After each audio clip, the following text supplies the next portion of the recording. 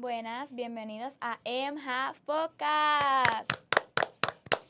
Bien, en el día de hoy tenemos una entrevista al pastor Iván Serrano de la Iglesia Kairos Bayamón, en la cual vamos a estar preguntándole qué es la Semana Santa, qué es la Iglesia Evangélica Protestante y para el final unas preguntas que tenemos aquí de los integrantes que no pudieron estar presentes, de esta servidora o del profesor Concepción. Vamos a pasar a el tema de qué es la Semana Santa. La Semana Santa. Bueno, la Semana Santa es básicamente una conmemoración donde dedicamos una semana. No sabemos si fue en efecto toda, ¿verdad? De domingo a domingo. No tenemos si fue exactamente esa semana, pero sí, por costumbre, se separa esa semana para conmemorar lo que le llamamos la Pasión de Cristo, ¿verdad? Que es ese momento donde es desde que entra a Jerusalén hasta que es crucificado y resucita. Y por costumbre, ¿verdad? Por tiempo y costumbre, pues entonces se ha comenzado a establecer de que se comienza con el Domingo de Ramos.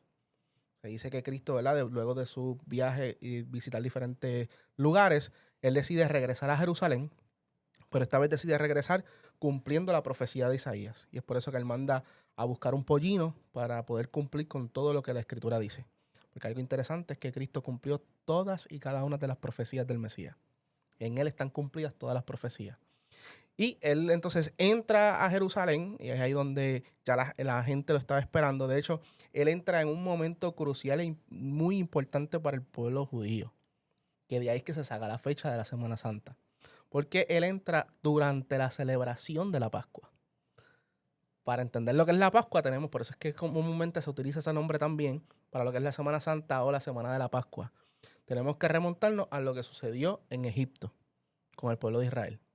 Ese momento en donde el pueblo de Israel fue libertado de Egipto y pudo salir. Y en medio de esa celebración, de ese tiempo de celebración del pueblo judío, es que entonces él decide regresar a Jerusalén. Jerusalén está lleno. Si lo vamos a querer comparar, digamos que eran las fiestas de la calle San Sebastián. Algo así. Donde todo el pueblo está reunido en un solo lugar. Allí entonces entra y como mucha gente ya sabía de él, mucha gente lo seguía, al verlo entrar comienza a celebrarlo, comienza a alabarlo con palmeras, con mantos, y ahí es donde él entra. Pero cuando él entra, él dice, yo quiero ir directamente al templo. Y es allí donde cuando él entra al templo, él se encuentra que es todo lo contrario a lo que Dios había diseñado para el templo. Él ve que hay gente que está aprovechándose de los pobres, que están simplemente vendiendo por necesidad, por capricho, ¿verdad? Y por interés, no por querer ayudar a los demás. Y es ahí donde se llena de coraje y es la famosa historia donde Jesús toma el látigo y comienza a virar las mesas. Luego de eso, a hacer ese revolú, ¿verdad? A hacer toda esa escena, ellos deciden tomarse un tiempo y digamos como que esconderse un poco para tener un tiempo de comunión, de comunidad entre Jesús y sus discípulos. Y es ahí donde se da la famosa cena, la última cena, que es lo que conocemos, ¿verdad? Por las pinturas y demás. En esa última cena, Cristo les revela cuáles son sus últimos planes, sus planes final, se los revela a sus discípulos. Y es ahí donde le dice, y él toma el pan y le dice, este va a ser mi cuerpo que por vosotros es partido, hagan siempre esto en memoria de mí. Luego toma la copa de vino y dice, esta es mi sangre que por nosotros es derramada.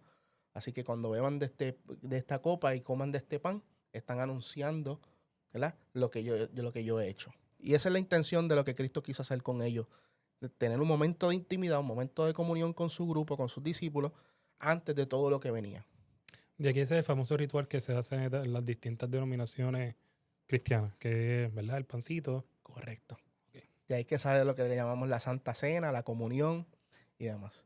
Luego de que pasa todo esto, entonces Jesús dice, ok, ya tuvimos este tiempo de comunidad, ahora yo quiero retirarme un momento a orar.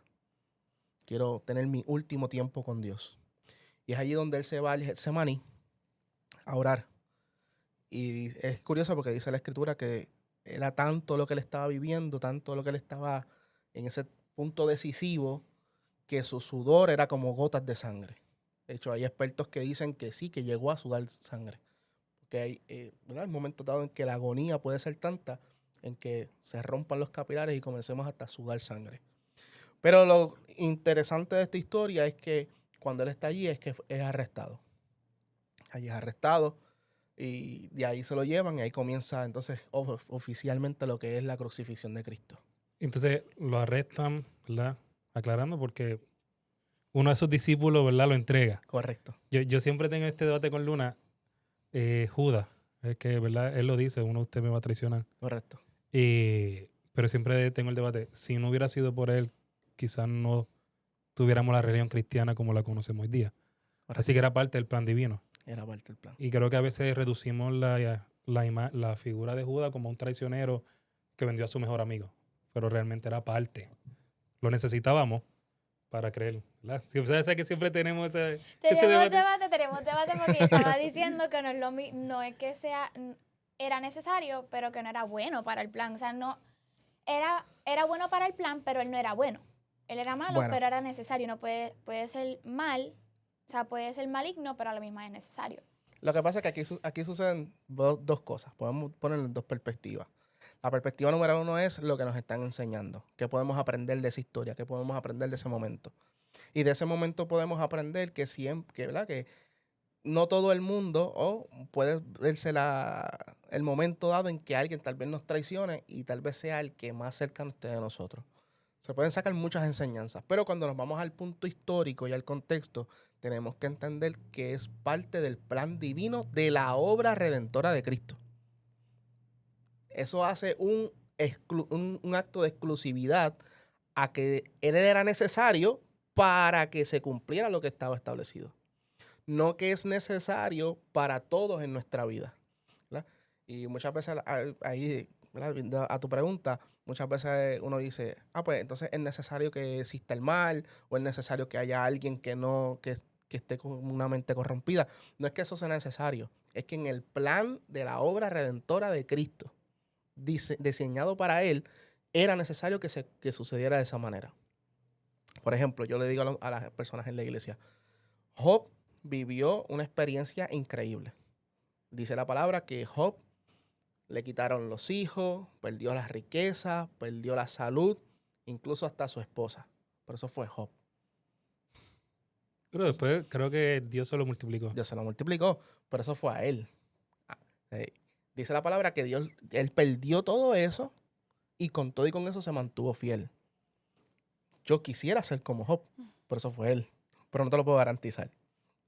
Eso le pasó a él. No, vean lo que voy. Sí, que cada experiencia es Cada experiencia era individual. Creo que vivimos un mundo muy materialista contemporáneamente como para soportar lo que soportó Job. Es la realidad, es la realidad. O sea, es como yo digo, yo soy pastor y todo, pero si se meten con mis niñas, pues no sé qué pasará de mí, no sé quién saldrá, ¿sabes? O sea, eso es cosa diferente. Si se meten con mi esposa, con mi casa, con mi familia, ¿sabes? Eso, Job reaccionó de esa manera. Qué bueno, y mi meta es ser igual que él o tratarlo. Pero no significa que porque yo falle, no significa porque que mi vida no sea exactamente igual que la de Job, yo estoy fallando. Y esa es la enseñanza también que tenemos que aprender de eso.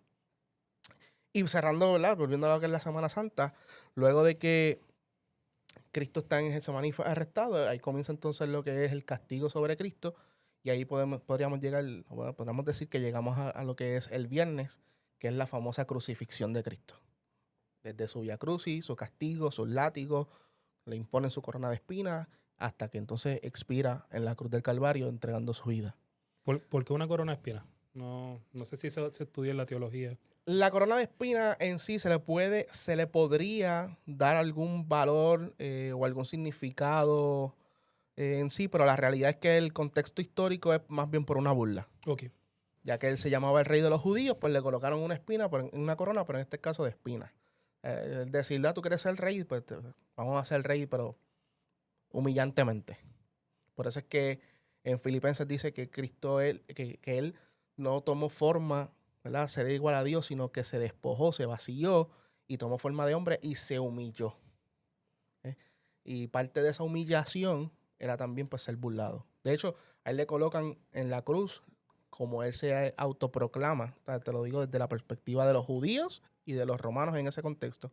Como él se autoproclama el Mesías, pues también le colocan un letrero que dice INRI. Correcto. Donde significa el rey de los judíos. O sea, tú quieres ser rey, pues ahora te vamos a humillar y te vamos a crucificar, no como un fulano, sino te vamos a crucificar como un rey, para demostrar nuestro poder sobre este famoso rey de los judíos. Y en la parte de como que lo quisieron humillar, en ese tiempo, si no me equivoco, la crucifixión era algo que se utilizaba como para Era común en los romanos. ajá, era común en los romanos usar la crucifixión, so también era para humillarlo, para hacer como que tú no eres nadie, eres como los demás. Correcto. Pero esto terminó siendo como que algo que lo identifica ahora. Ahora nos identifica. Que de hecho, te añado, no solamente era el castigo más común de los romanos, sino que también para los judíos era un acto de maldición. Porque según en la ley está escrito, maldito el hombre que es crucificado, que es colgado en un madero. O sea que para efectos de él el hecho de él caer en una cruz o ¿verdad? Ser sentenciado a morir en una cruz, se constituía para los judíos un hombre maldito. Entonces hay que ver cuál es la perspectiva y qué es el mensaje que está recibiendo el pueblo de Israel en ese momento dado. Él está recibiendo un mensaje de que el que nosotros podríamos haber considerado nuestro Mesías, porque ellos no lo aceptaron como Mesías. Porque recuerdan que ellos estaban esperando un libertador de Roma, no un libertador de sus pecados.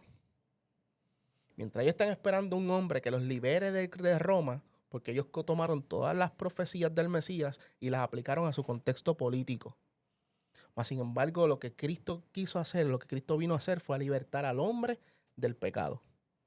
Entonces, como ellos ven que su posible Mesías está siendo humillado, por eso es que históricamente Israel no lo recibe como su Mesías. Y hasta el día de hoy no lo recibe. No lo así. reconocen. No lo Correcto. reconoce. Entonces, todo esto viene de la palabra, Correcto. la Biblia. ¿Cómo la Biblia nace? ¿Cómo sabemos que es verídico? ¿Cómo la crearon? Pero antes de ir a eso, dónde viene? tenía dos Ajá. preguntas. Ujú. Ajá. En la parte de crucifixión. Él no lo crucifican solo. Él no lo crucifican solo. Él es parte, obviamente es como si dijéramos, ¿verdad? Un día de juicio. Bueno, no hacen un día de juicio para uno solo, sino que hay diferentes vistas. Pues en este caso sucedió lo mismo. El día del castigo fue ese y le tocó estar con 2 ladrones, que es importante también aclarar. Eran 2 ladrones igualmente malos. Normalmente llamamos el ladrón bueno y el ladrón malo, pero los 2 eran malos porque estaban allí en la cruz. Correcto. Los 2 estaban pagando un castigo de ser ladrón. Lo que pasa y lo que nos enseña esto, y esto es sumamente hermoso, lo que nos enseña esto es que aún siendo crucificado, donde ya ese ladrón no tenía esperanza, como quiera tuvo la oportunidad de reconocer a Cristo como el Mesías y alcanzar salvación. Por eso es que él le dice, acuérdate de mí cuando vengas en tu reino. Y él le dice, desde hoy estarás conmigo en el paraíso. Esa es la enseñanza de la gracia. Porque la gracia no es no podemos alcanzar la salvación por lo que hacemos, por cómo nos comportamos. Y eso es muchas veces lo que el hombre confunde. Dice, yo me porto bien, yo no hago mal a nadie. Pero la gracia no se trata de que si nos portamos bien o nos portamos mal. La gracia es ese favor inmerecido que Dios otorga a aquellos que creen en Él. Wow. Y la crucifixión se diferencia, ¿verdad? Porque ellos castigaron a estos otros 2 hombres con Jesucristo, pero se diferencia porque, pues, Él hace la resurrección. Por el acontecimiento, correcto. Por el acontecimiento. O sea, no El es acontecimiento y lo que Exacto. sucedió durante la crucifixión. Y él menciona 7 palabras. En las 7 palabras de él, que en ese momento dado pues se tomaron como que un hombre que está agonizando, pero realmente le está Tienen haciendo un 7 significado. declaraciones poderosas, sobrenaturales. Pero también algo sucede y es que inmediatamente él hace su 7ª palabra que expira, que entrega su vida. Porque a él no lo mataron. A Jesús no lo mataron, él entregó su vida. Cuando él expira y él dice, consumado es, en otras palabras, ya está hecho la obra redentora. Porque ahora que tocan las 7 palabras hay algo bien poderoso. En un momento dado Jesucristo, desde la cruz, él proclama, Dios mío, ¿por qué me has desamparado? Esa es una de las más importantes y te voy a decir por qué. Porque cuando él expresa, Dios mío, ¿por qué me has desamparado? Está sucediendo algo en el ámbito espiritual. En lo espiritual está sucediendo algo. Los teólogos establecen que en ese momento dado, cuando Cristo está en la cruz, lo primero es preguntarnos por qué Cristo fue a la cruz. Cristo fue a la cruz para poder hacer la obra redentora, para liberarnos a nosotros del pecado. Entonces, cuando Cristo está en la cruz, es en ese momento que Él proclama, Dios mío, ¿por qué me has desamparado? Los teólogos establecen que fue el momento dado donde espiritualmente él cargó y se llenó y cayó sobre de él todo el peso del pecado. Toda la culpa del pecado. Todo lo malo del pecado, de la humanidad. Y no tan solo de la humanidad en ese momento, sino de la humanidad en la eternidad. O sea que también la mía, la tuya, la de todos nosotros, cayó sobre de él. Y fue tanto el pecado que cayó sobre Cristo que ni tan siquiera Dios el Padre pudo tolerar verlo. Y dicen los teólogos que ahí es donde él siente el abandono, el desprecio del Creador. Por eso es que él dice, ¿por qué me has desamparado? Pero luego de eso, cuando ya su sangre es derramada, cuando el precio es pagado, es que él puede decir, la obra ha sido terminada, consumado es. Y ahí él entrega su vida. Pero como decían las profecías, el Mesías tenía que resucitar. Es por eso que entonces al tercer día, él se levanta entre los muertos. Y ahí celebramos el domingo de resurrección. Pero por lo menos la palabra que a mí me gusta la dice, hijo, ahí está tu madre, madre, ahí está tu hijo. Creo que es que las 7 palabras son fuertes. Son fuertes. La otra es dame agua, deme agua, no recuerdo las otras 3. Y hay una parte que menciona que él desciende a los infiernos. Bueno, no está explícito en la escritura. Okay. Lo que pasa es que cuando se ha analizado la obra redentora, pues, ¿verdad? Y conjunto con otros teólogos y demás, se puede establecer que no solamente Cristo murió por los que estaban ahí. De hecho, que es lo que te comentaba, Cristo no muere por solamente los que están en ese momento, en ese tiempo, sino que también aún nos llega a nosotros y a los que vendrán.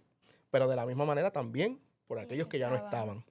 Entonces, esas personas que no tuvieron la oportunidad, los teólogos que establecen es que esas personas que no tuvieron la oportunidad de escuchar la obra redentora de Cristo, Cristo llegó hasta el Seol, y la expresión que tal vez se utiliza para esto es cuando él dice que él arrebató las llaves de la muerte.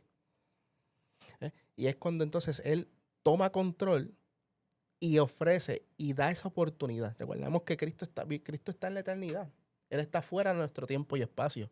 Por tal razón, bueno, en este caso Dios, perdóname. Cristo, el hombre manifestado, estuvo en un tiempo y espacio, pero siendo Dios, porque él nunca dejó de ser Dios, siendo Dios, él ofrece o da esta oportunidad a aquellos que tal vez no pudieron escuchar de él. Pero de ahí en adelante, entonces la oportunidad la tenemos, o la responsabilidad de llevar este mensaje se nos entregó a la iglesia. Entonces, resucita el tercer día. Al tercer día. Algunos establecen que fue el día y medio, otros al tercer día. Esto dado a que para los judíos los días contaban de sol a sol. Por tal razón, de la puesta del sol a la caída era un día, y luego en la noche ellos lo contaban como otro día. Es algo interesante, histórico, pero la realidad es que no afecta nada, ¿verdad? Lo que seguimos creyendo, que es el hecho de la resurrección. Más que contar los días, el hecho de que él resucitó entre los muertos. Otra cosa que aprendí, pensaba que él había muerto por la famosa lanza. La lanza, no. No, él muere cuando entrega entonces su alma. Cuando entrega su alma. ¿Hay algún simbolismo que sea en el día 3? O sea, el número 3, el tercer día. Pues el 3. Sabemos que el 7 se repite constantemente en la Biblia, los 7 sellos. Correcto. Los 7 copas. Los 7 días de la creación. Correcto, las 7 trompetas. Bueno, hay un estilo de pensamiento que se llama la numerología. Realmente no es que tenga un valor espiritual, pero sí tiene un significado. Sí hay un significado. Y en el caso del 3, ¿verdad? Se habla de lo que es la Trinidad. Se habla de la resurrección al tercer día. No es que sea algo que si no hubiese sido al tercer día, pues no hubiese tenido el valor espiritual que tiene, pero sí es algo que da un significado, pero no es algo tan fuerte. La pregunta que te... La Biblia. La Biblia. Todo esto está escrito en la Biblia, todo esto se puede encontrar en la Biblia, pero ¿cómo sabemos que esto es real? ¿Quién lo escribió? ¿De dónde viene? ¿Qué origen? Si nos vamos a la historia de la Biblia primero, bueno, nos vamos a la historia de la Biblia, vemos que la Biblia está desde el Génesis hasta el Apocalipsis. Hay mucho tiempo de composición de la Biblia. Y lo primero es qué significa Biblia. Biblia viene de la palabra biblioteca. Básicamente es un grupo de libros, por eso hay 66 libros. Ahora, ¿qué es lo que lo hace tan valiosa o qué es lo que lo hace espiritualmente tan destacable? Bueno, en el caso de la Biblia, hay personas que dicen, no, porque eso lo seleccionó un grupo de hombres. Un grupo de hombres se reunieron y lo decidieron. Bueno, está bien. En el caso nuestro, nosotros como creyentes, ¿verdad? Como evangélicos, creemos que ese momento dado fue un momento donde Dios y el Espíritu Santo los inspiró para poder seleccionarlo. Pero no solamente porque fue un acto mágico. Decir, ay, yo siento que es este libro, que este sí, es que este no. No. Lo que pasa es que ellos fueron a una investigación de libro por libro. Y en esa investigación de libro por libro, ellos lo que estaban buscando es que cada libro revelara a Cristo. Porque desde el Génesis hasta el Apocalipsis, cada libro, cada historia, lo que nos hace es que nos revela a Cristo. Nos lleva a Cristo. Las historias del Antiguo Testamento, ¿a qué nos llevan? A la necesidad de Cristo. Vemos cómo el hombre, desde la creación, fue corrompiéndose y aún teniendo maneras de acercarse a Dios, no las hacía, no las cumplía. Por tal razón existe una necesidad de Cristo. Hasta que llegamos al Nuevo Testamento, que entonces es el cumplimiento de Cristo.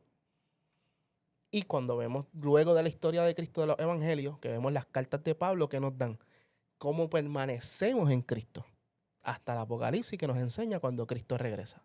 O sea que desde el Génesis hasta el Apocalipsis el tema central es Cristo. O sea que los otros libros que no quedaron porque no revelaban a Cristo, Correcto. no significa que no sean verídicos, sino que no cabía dentro de esta temática. Correcto. Son libros que son muy enriquecedores, tienen mucha historia, tienen mucho contexto histórico de cómo era el pueblo de Israel, pero realmente no nos lleva a vivir una vida, ¿verdad?, como seguidor de Cristo. Esos son los famosos libros apócrifos.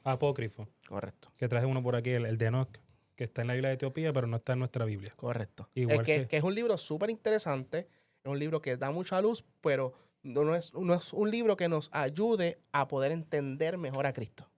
No es un libro que nos lleva a un conocimiento de Cristo. Correcto. Sino mucha otra información. Y creo que la Biblia la anglicana, que tiene como 86 libros también. Sí.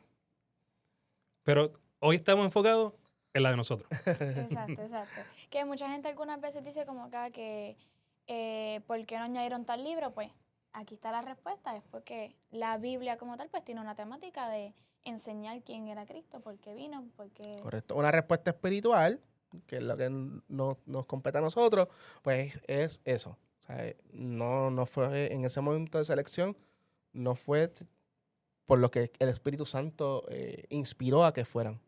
Pero como eso a veces no convence mucho a la gente, pues vamos a dar una respuesta filosófica, que eso es lo que nos gusta aquí en este podcast, ¿verdad? Pues en esta respuesta filosófica es por eso, porque no nos lleva a Cristo. Okay. ¿Alguna pregunta?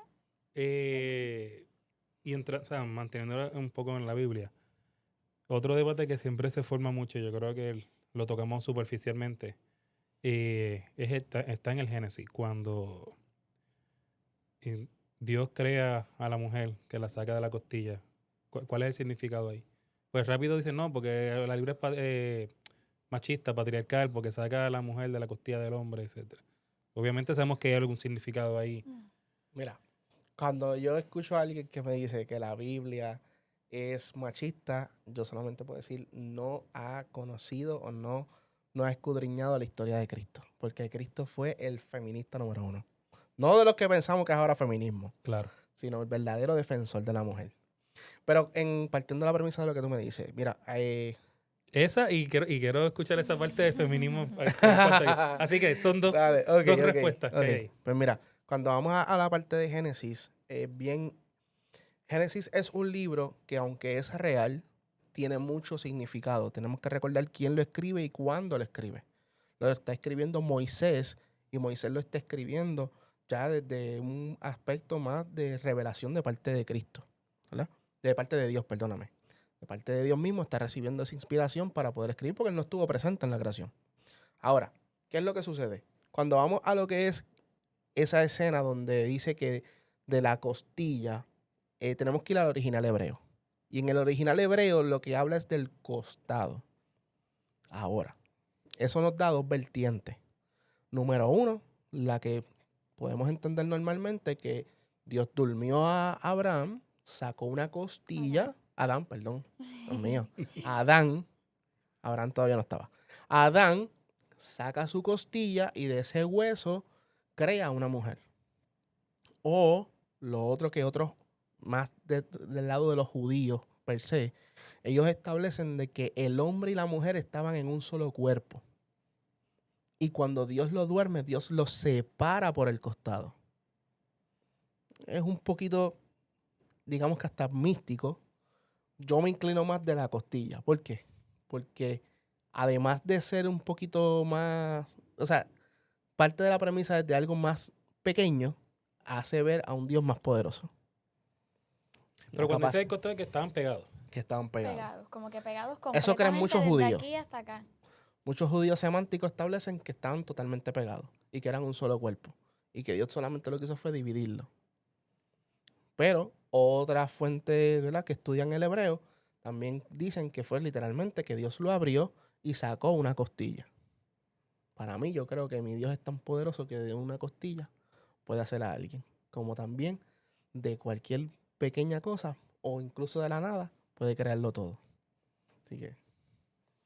Pero también el hecho de que Jesús es el mayor defensor de las mujeres. Lo vimos cuando la mujer adúltera, que le dice a usted, el que esté libre de pecado, tira la primera piedra. En otras palabras, ustedes son tan pecadores como ella. Están señalando, pero ustedes también, cada uno carga su pecado. O sea, nadie es digno entonces de tirar, nadie es digno de juzgar. Y a lo largo vemos cómo incluso hubieron mujeres que fueron parte del equipo y seguidores de Jesús. Y él las aceptaba. O sea, Jesús fue de los mayores propulsores de defender a la mujer y ponerla en su lugar, como diríamos. Lo que pasa es que también tenemos que entender, estaban viviendo unos tiempos culturales donde habían unas prohibiciones para las mujeres y unas libertades para los hombres. Pero dentro de todo ese espacio, como quiera, Jesús dignificó siempre la imagen de la mujer. ¿Hay alguna razón o hay alguna explicación o algún contexto porque los discípulos sean todos hombres? Bueno, Dan Brown dice que había una mujer. ¿Ah? Dan Brown. ¿Qué Dan es? Brown. Del Código Da Vinci. Sí. Ah, Sí, ver la película. Bueno, la realidad es que Jesús tenía sus discípulos y sus seguidores. ok. ¿Por qué no hay evidencia de un discípulo mujer, de una discípulo mujer? Bueno, debemos de entender cuál era el aspecto o qué rol cumplía un discípulo. Primero, Cristo se convierte en un rabí, en un maestro. Por tal razón, cuando los judíos establecen ¿verdad?, en su cultura se establece que hay un rabí, los seguidores tienen que vivir 24/7 con él. Por eso es que cuando le hace la invitación a los discípulos, ¿qué le dice? A Pedro, por ejemplo, Pedro tuvo que dejar su casa. Pedro tuvo que dejar a su esposa. Los demás tuvieron que dejar sus trabajos, dejarlo todo y comenzar a ser seguidores de él porque iban a vivir con él. Podríamos buscar e irnos a una exégesis profunda de por qué eran hombres y por qué eran mujeres. Para mí, yo en lo personal, saliéndome de todo ejemplo, yo quiero pensar que Cristo lo hizo para protegerse. Porque tenemos que entender algo. Aunque Él es Dios, Él vino a una experiencia totalmente humana.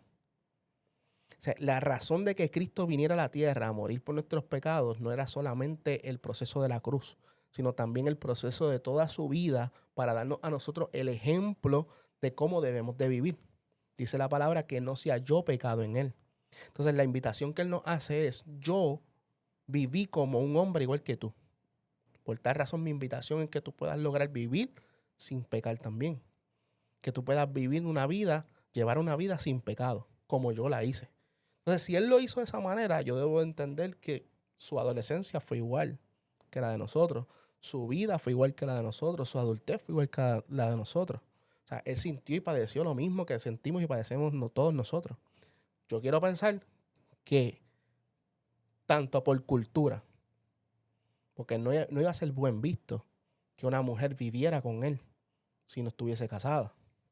Por tal razón, Él convoca a hombres para sus discípulos, pero él no limita al que lo quiera seguir. Él nunca limitó a los que quiso seguir. Él solamente convocó a los que eran en ese momento que iban a estar con él, pero a los que también él iba a preparar para enviarlos. Porque él los envió a hacer trabajo, él los envió a abrir paso. Ahora, ¿qué pasa? Yo soy pastor, perfecto. Y yo estoy enfocado en ser pastor. Excelente. Pero tal vez a mí no se me abren las puertas, digamos, en el gobierno, como puede abrir las puertas a alguien que ya trabaja en la política. ¿A qué voy con este ejemplo? Dios llama muchas veces también a personas por la necesidad de que más adelante sean puertas y sean puentes para poder llevar su mensaje. Entonces, si iban a ir mujeres a otros pueblos a predicar el evangelio, nadie lo iba a aceptar por la cuestión cultural. Iban a aceptar a hombres. Por eso también hubo la necesidad de llamar discípulos hombres. Pero aunque sus discípulos, sus 12, eran hombres, muchos de sus seguidores eran también mujeres. Preguntas, dudas, Me comentarios. gusta esa Sí. cuestión política y Ok. cultural. ¿Qué más tienes ahí en el tintero? Bueno, ¿de dónde nace la Iglesia Evangélica Protestante y qué es? Pues mira, la Iglesia Evangélica Protestante nace de un momento dado en que un monje, Martín Lutero, comienza a indagar y a estudiar y a comparar las reglas de la Iglesia Católica, el estilo de religión de la Iglesia Católica, sus preceptos, sus doctrinas, con lo que dice la Escritura y encuentra que no concuerdan. Entonces, él comienza a darse cuenta que al no concordar, él tiene que buscar una base real. ¿Y cuál es la base? Y ahí comienza su primer declaración, que la Escritura tiene que ser la base de todo. Que si las cosas que yo hago no van de acuerdo a lo que dice la Escritura, no es que la Escritura esté mal, yo estoy mal. No es que la Escritura esté mal, es que la religión está mal. No es que la Escritura está mal, es que mi pensamiento es el que tiene que cambiar. El pensamiento de la organización tiene que cambiar.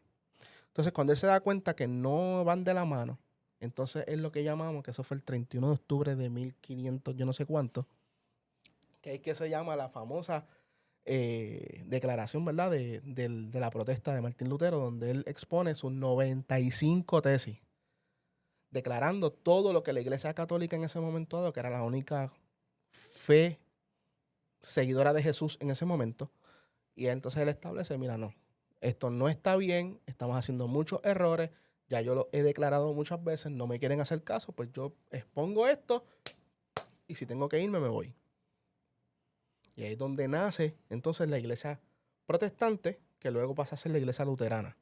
Y de ahí comienzan a nacer diferentes movimientos de acuerdo a la necesidad de cultural, a idiomas y demás.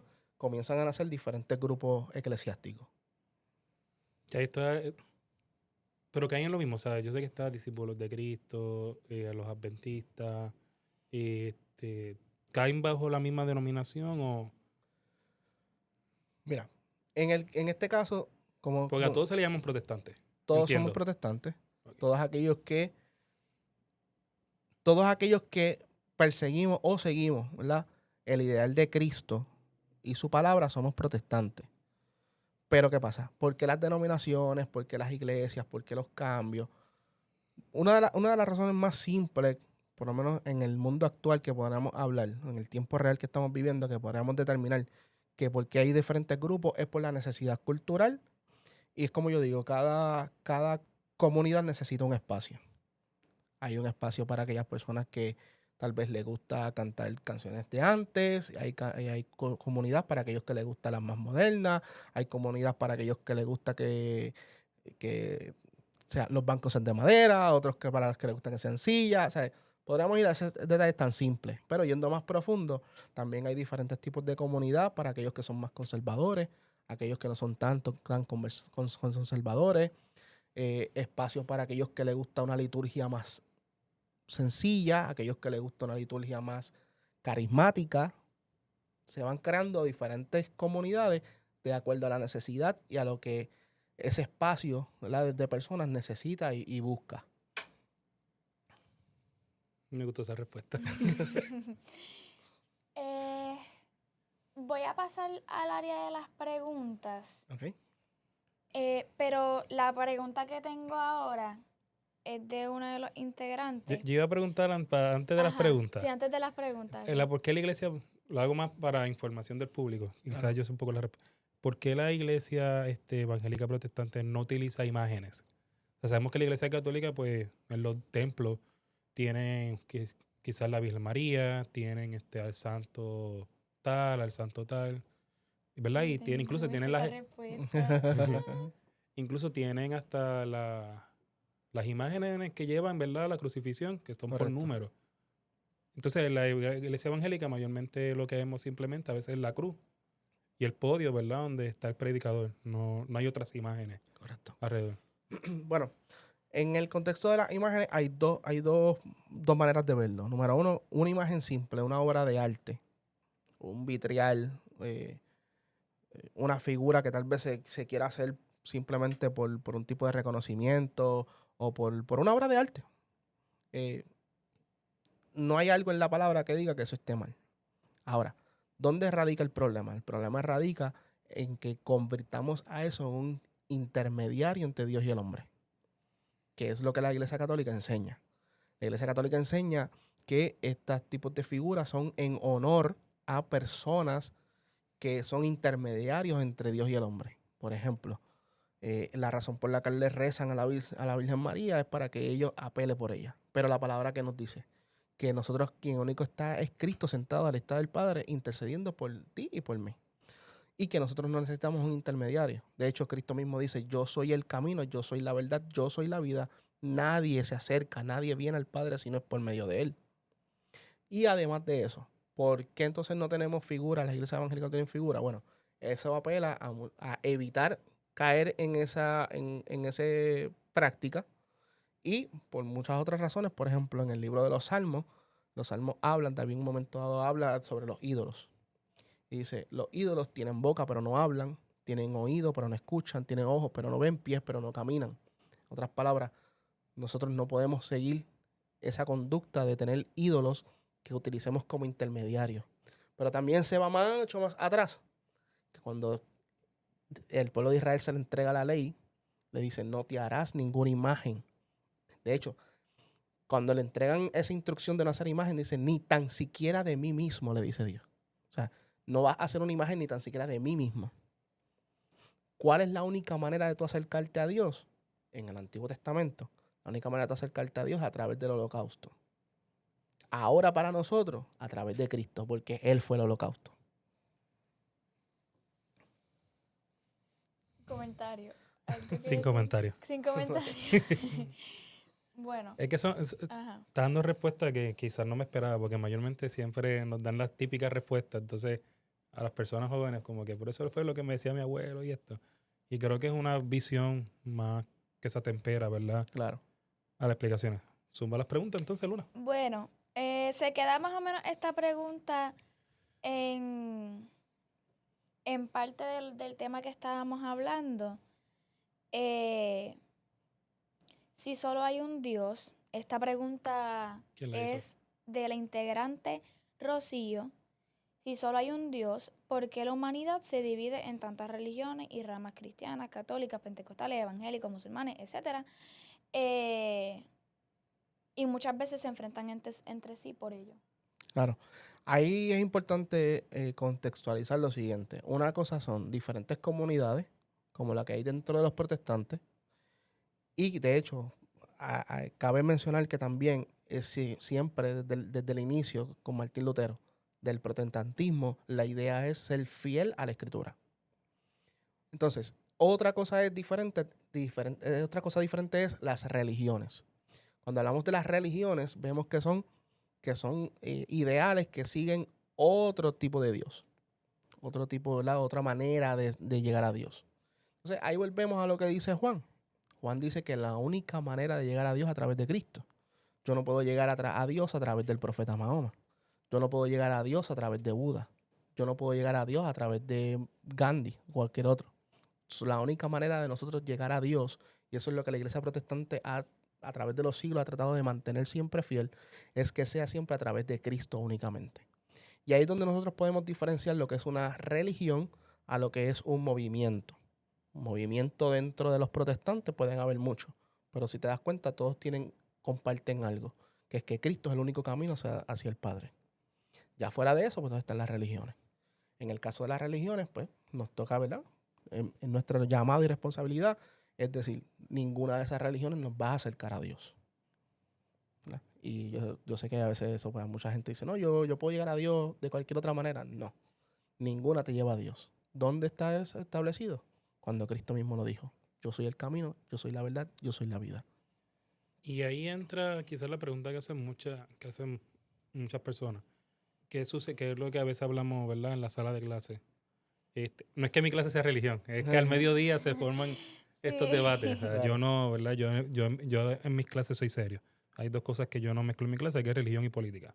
Son cosas que no hablo con los estudiantes, pero al mediodía pues se discuten. ¿Y qué pasa con estas personas? Por ejemplo, un niño que nace, no sé, en una zona remota de la República Central Africana, por ejemplo, ¿verdad? Quizá el evangelio no ha llegado hasta esa área. Yo hice esa pregunta, yo la hice en la iglesia una vez que yo hice esa misma pregunta, literal esa misma pregunta. Pues, Mira, en este caso es la responsabilidad de la iglesia. Y aquí, ¿verdad? Aquí pues nos cae el sello a nosotros.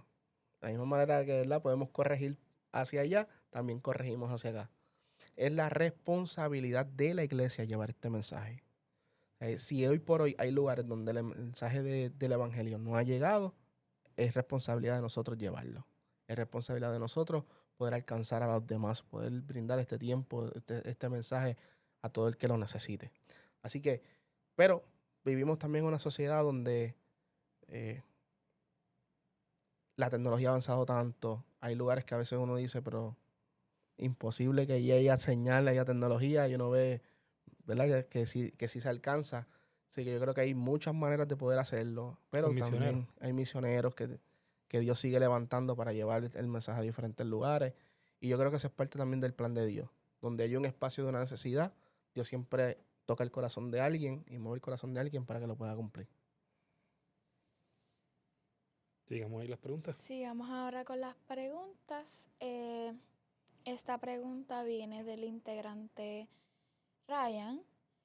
¿Por qué los romanos crearon la religión cristiana si ellos fueron los causantes de la muerte de Jesús? Ok. Bueno, ahí hay que aclarar varios puntos. Primero, los romanos no fueron los que crearon la religión cristiana. Los romanos establecieron el catolicismo. Y ahí entonces vamos a la historia. Los romanos deciden conquistar diferentes territorios y dentro de ellos está Jerusalén. Y en el tiempo y espacio donde Cristo había llegado. ¿Verdad? ¿Qué sucede? Ellos sí fueron realmente ellos fueron el instrumento que utilizaron los judíos. Porque quienes rechazaron y quienes castigaron y quienes condenaron a Jesús fueron los judíos. Ellos solamente fueron el instrumento para aplicar ese castigo. De hecho, ellos fueron los que pidieron la crucifixión de Cristo. Porque quien iba a ser crucificado era Barrabás. Y ellos mismos le dijeron, danos a Barrabás y toma a Cristo en su lugar. Y dale el castigo a él, a Jesús. ¿Qué sucede? ¿Que Barrabás quién era? Barrabás era un ladrón más que iba a ser crucificado. ¿Qué sucede? Al pasar el tiempo, el evangelio se sigue esparciendo, sigue creciendo. En este caso, por darte un ejemplo, los discípulos comenzaron a visitar diferentes países como Grecia, Etiopía, diferentes países. A Pedro le tocó ir a Roma. Y Pedro comienza a predicar en Roma. Y la iglesia de Roma comienza a crecer a tal magnitud que logra tener impacto aún en el gobierno. Y ahí es donde el emperador de ese momento decide adoptar el evangelio. Pero aquí es donde, exactamente. Pero aquí está el detalle, que él no lo adopta para vivir bajo los estatutos o bajo las enseñanzas que está dando Pedro. Él lo adopta para acomodarlo a su manera de pensar. Él dice, esa religión me gusta, esa religión es grande, a través de esa religión yo puedo expandir el imperio romano, yo puedo utilizarla como el vehículo para expandir el imperio romano y la secuestra. Y la hace a su manera.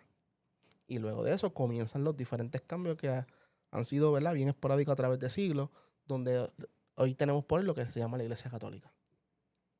Ahora, ese es porque ahí se contesta por qué si ellos fueron quienes lo crucificaron, cómo lo adoptaron.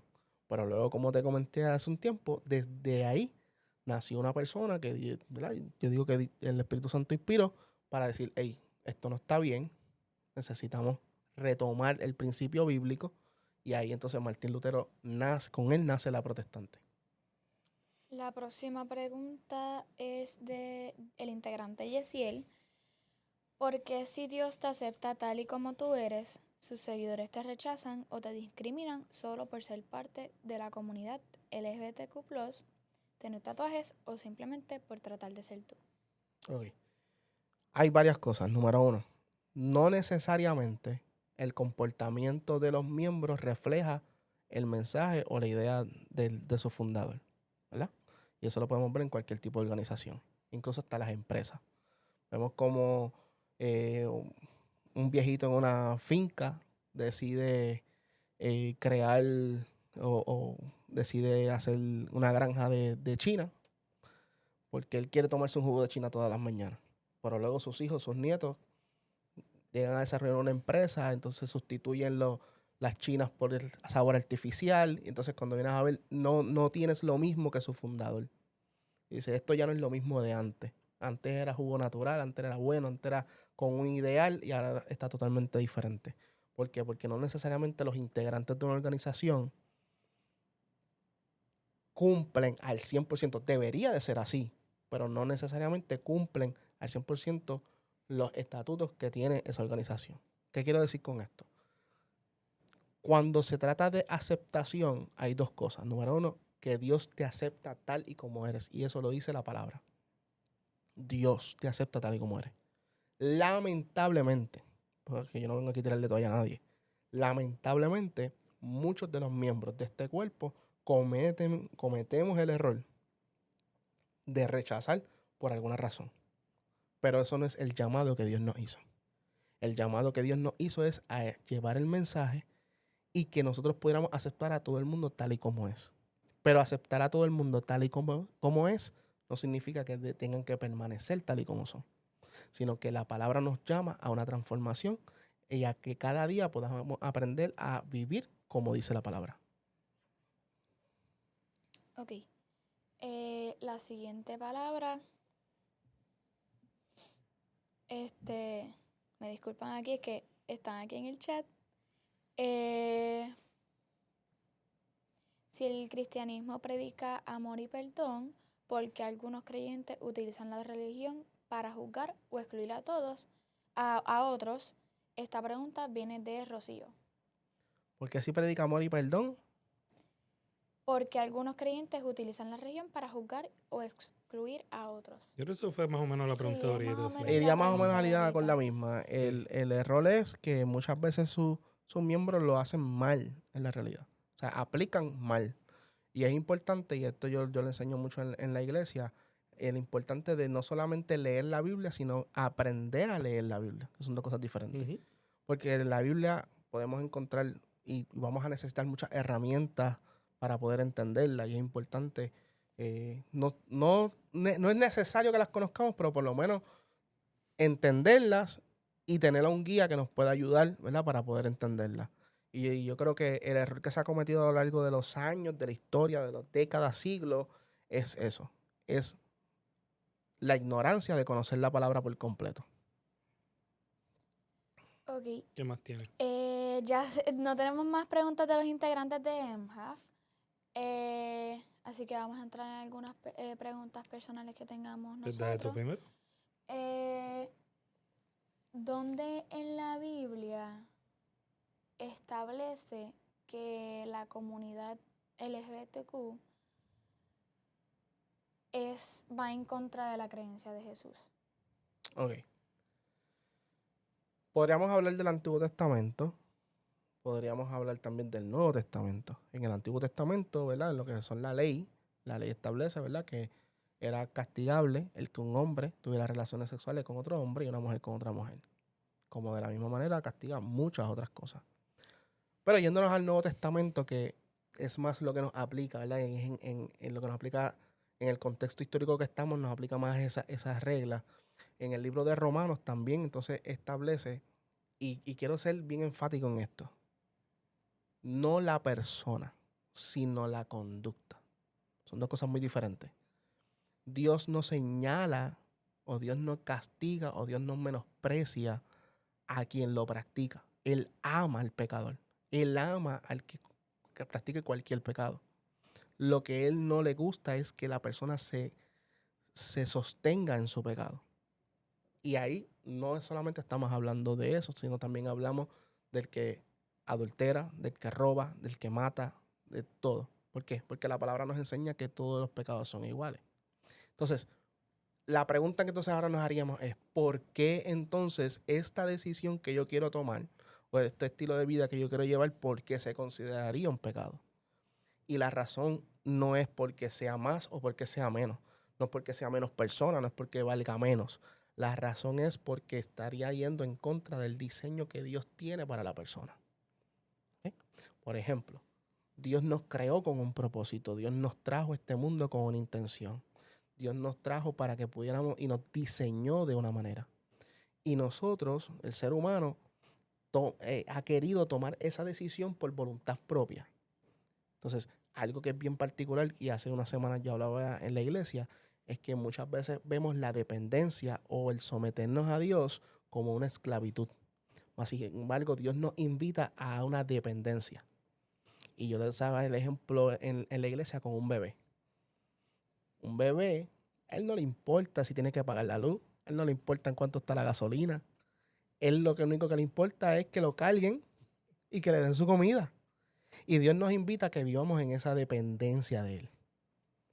Pero para vivir en esa dependencia tenemos que entender cuál es el diseño que Él tiene para nosotros. Aquí a otra pregunta, bueno, más bien como que preguntando contexto. En 1 Corintios A la pregunta del debate. 14 a 34, del verso 14 al 34, dice: las mujeres deben guardar silencio durante las reuniones de la iglesia.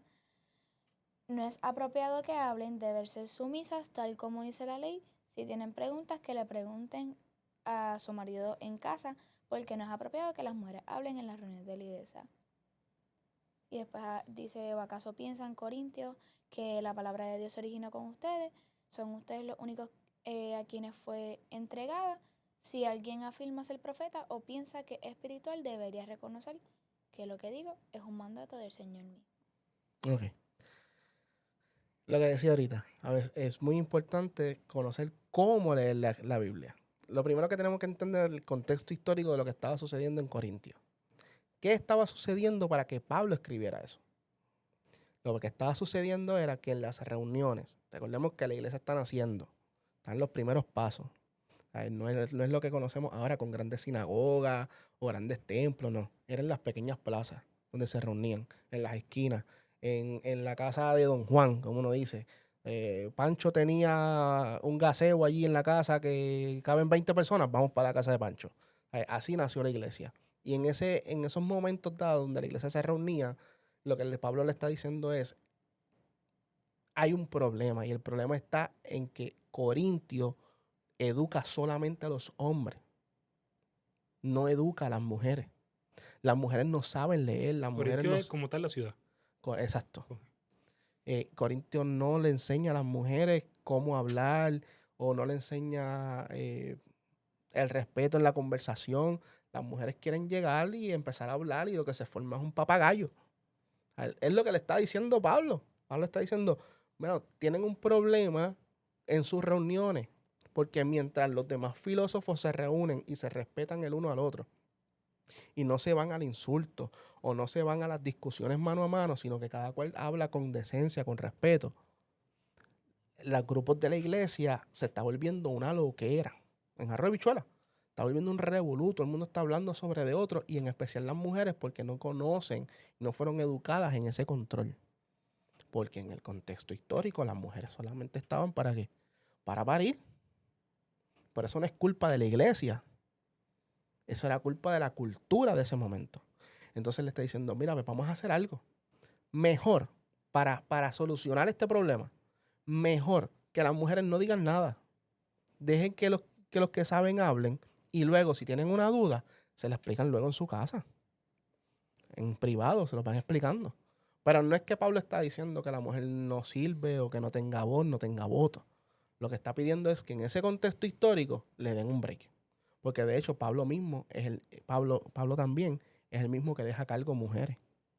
O sea, a veces utilizan mucho ese texto para decir, Pablo era un machista.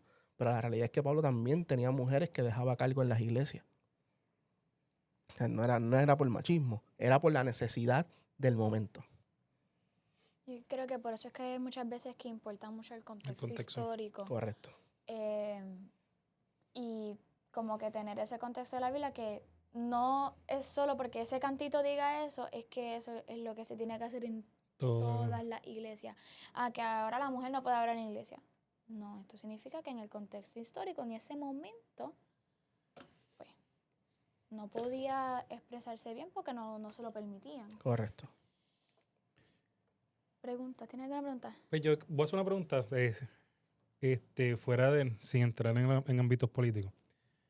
Creo que genera mucha confusión en las redes sociales con todo esto que está pasando de Israel, Palestina.